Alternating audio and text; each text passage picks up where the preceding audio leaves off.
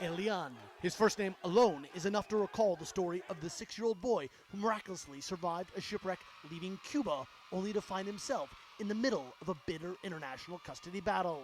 Now that boy is a 20-year-old man who says he isn't scarred by his mother's death at sea or the fight that ripped his family apart. No he tenido grandes secuelas. I haven't had any long-lasting psychological trauma. It hasn't affected me, but it has been hard on my family because those were difficult moments. But in spite of everything, I'm in Cuba, and that's great because it has been 15 wonderful years in which I have experienced great growth without precedents as a Cuban revolutionary youth espousing the cause. Gonzales spoke to CNN in Espanol in Ecuador, where he's part of an official Cuban delegation to a youth conference. It's his first trip abroad since the U.S. government removed him at gunpoint from his relative's home in Miami, and following the legal battle, sent him back to Cuba to live with his father.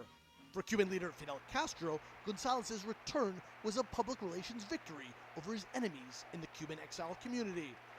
Just behind me there in the distance is the U.S. diplomatic mission in Havana. And where I'm standing right now is the theater that the Cuban government built to house many of those massive demonstrations where tens of thousands of Cubans gathered to call for Elian Gonzalez' return home. Now, during that showdown, Fidel Castro promised that if Elian Gonzalez was sent back to Cuba, he would not be turned into a propaganda tool for the Cuban government.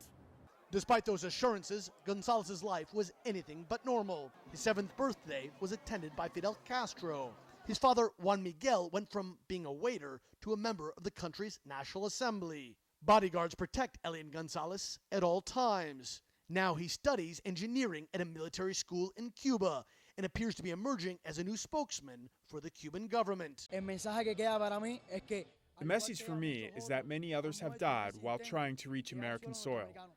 But it is because of the American government itself that, with an unfair blockade, causes a critical economic situation inside of Cuba. Elian Gonzalez' Miami relatives said they tried to keep him from returning to Cuba to prevent him from being brainwashed by Fidel Castro. But in a recent interview, Gonzales said the Cuban leader saved his life and that to him, Fidel Castro is, quote, his God. Patrick Oppmann, CNN Havana.